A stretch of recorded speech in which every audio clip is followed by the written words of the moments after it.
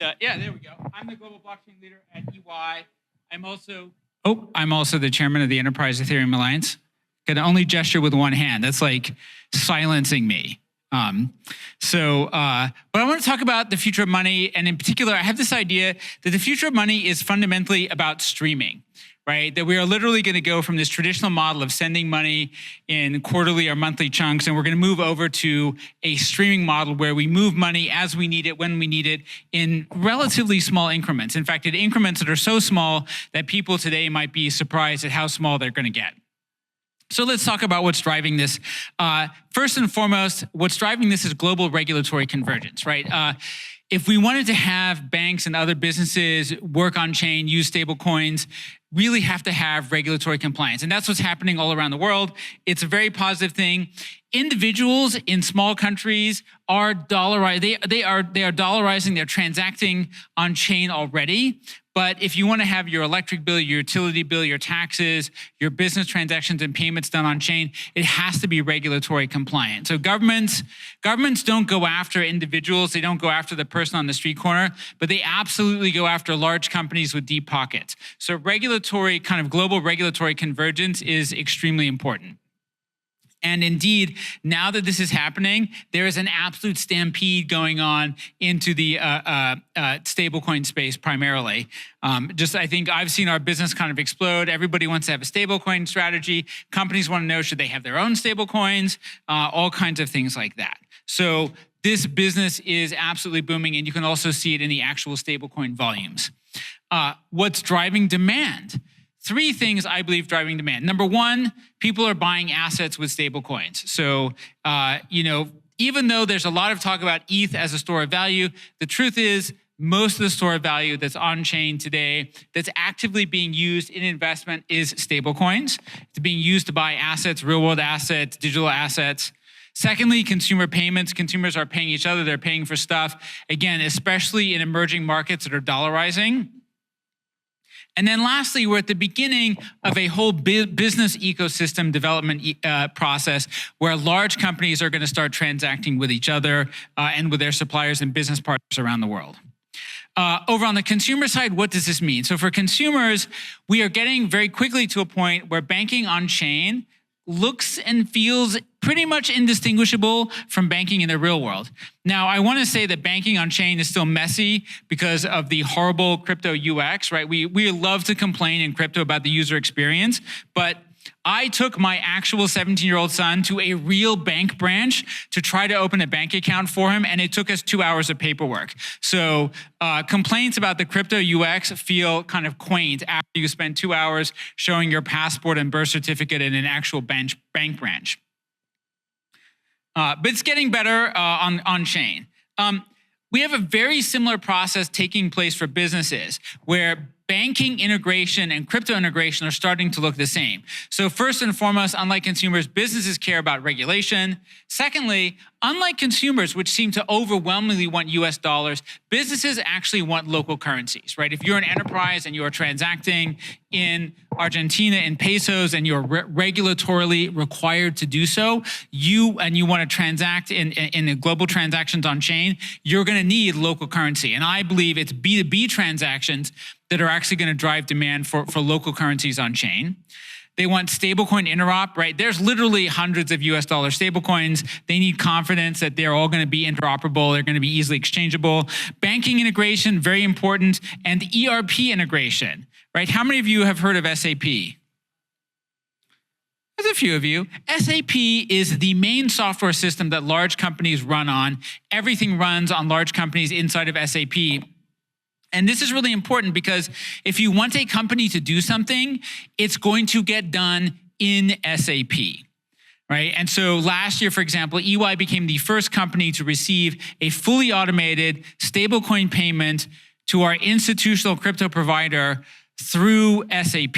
SAP has built a wallet for their enterprise system, and they built institutional integration. And so as a result, we had a client, they paid an invoice in PayPal's PY US dollar stablecoin. It showed up in our computer system as cash paid against that invoice.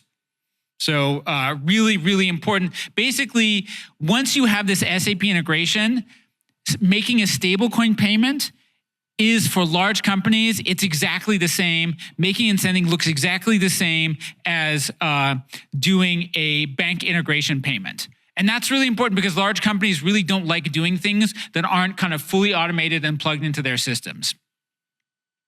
So where is all of this going? I talked to the title of this presentation is The Future of Money is Streaming. And this is what I'm talking about here.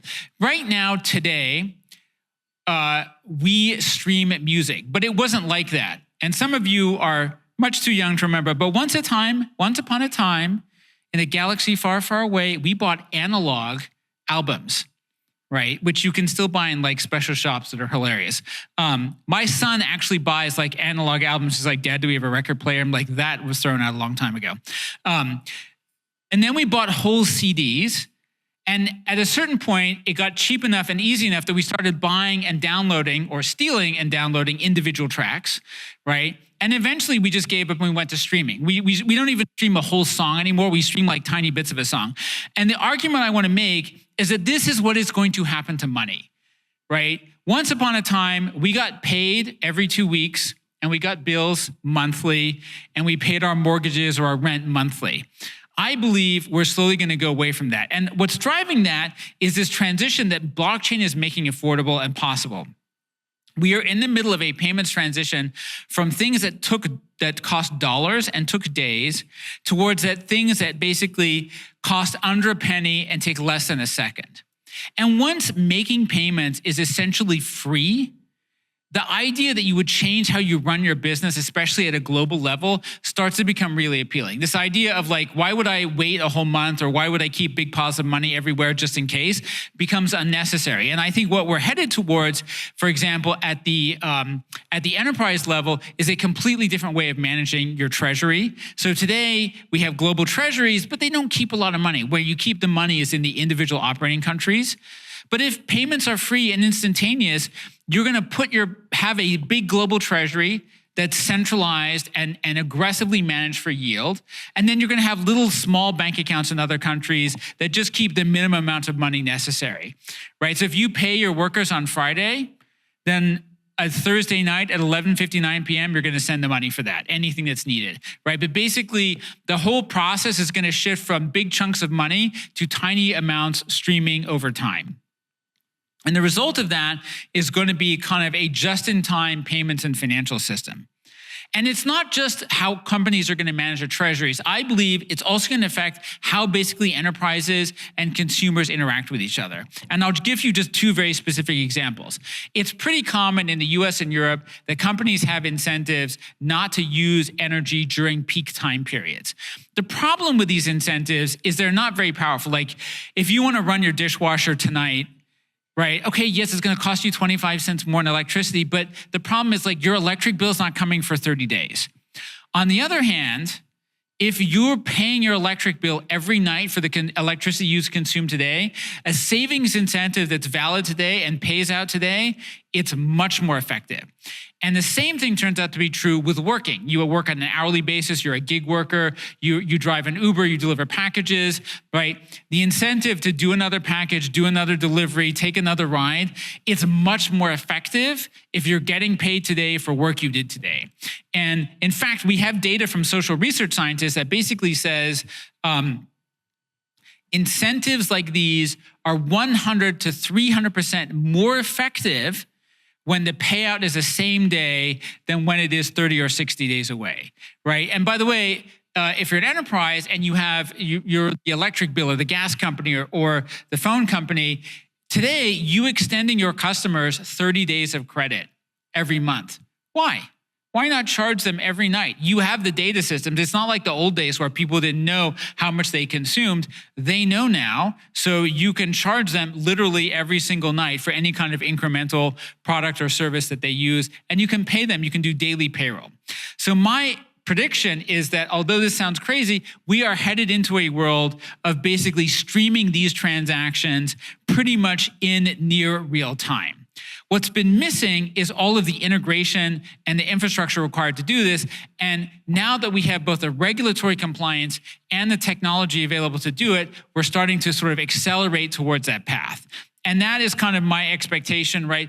We are at the beginning of this acceleration phase. And if you go back to the story about music, so it took quite a while into the digital age for music to flip from a purchase to a subscription and from a download to a streaming model. And I think we're in the same phase here now in the world of crypto and blockchain. We are several years into the crypto era, but it's taking time and maturity for people to see the power of this business model and think about how to move forward on it. So I think we're at the beginning of a very substantial transition in payments over time.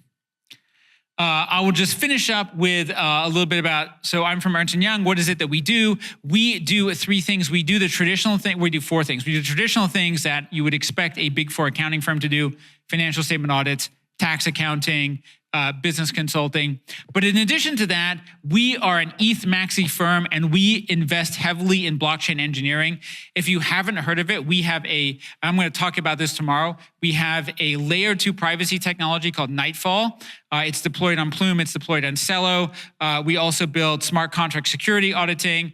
I'm the chairman of the EA in the free time, and I even managed to get Vitalik to endorse my book, which is apparently safe and effective for falling asleep without any drug use, if you have jet lag. And then lastly, thanks for listening. And if you would like it, I have a limited edition NFT minted on the Base network that you can have it's called a Proof of Paul. And I also have, if you want to see me in person, I have POAPs as well, limited edition POAPs. And that is it for my talk. Thank you very much.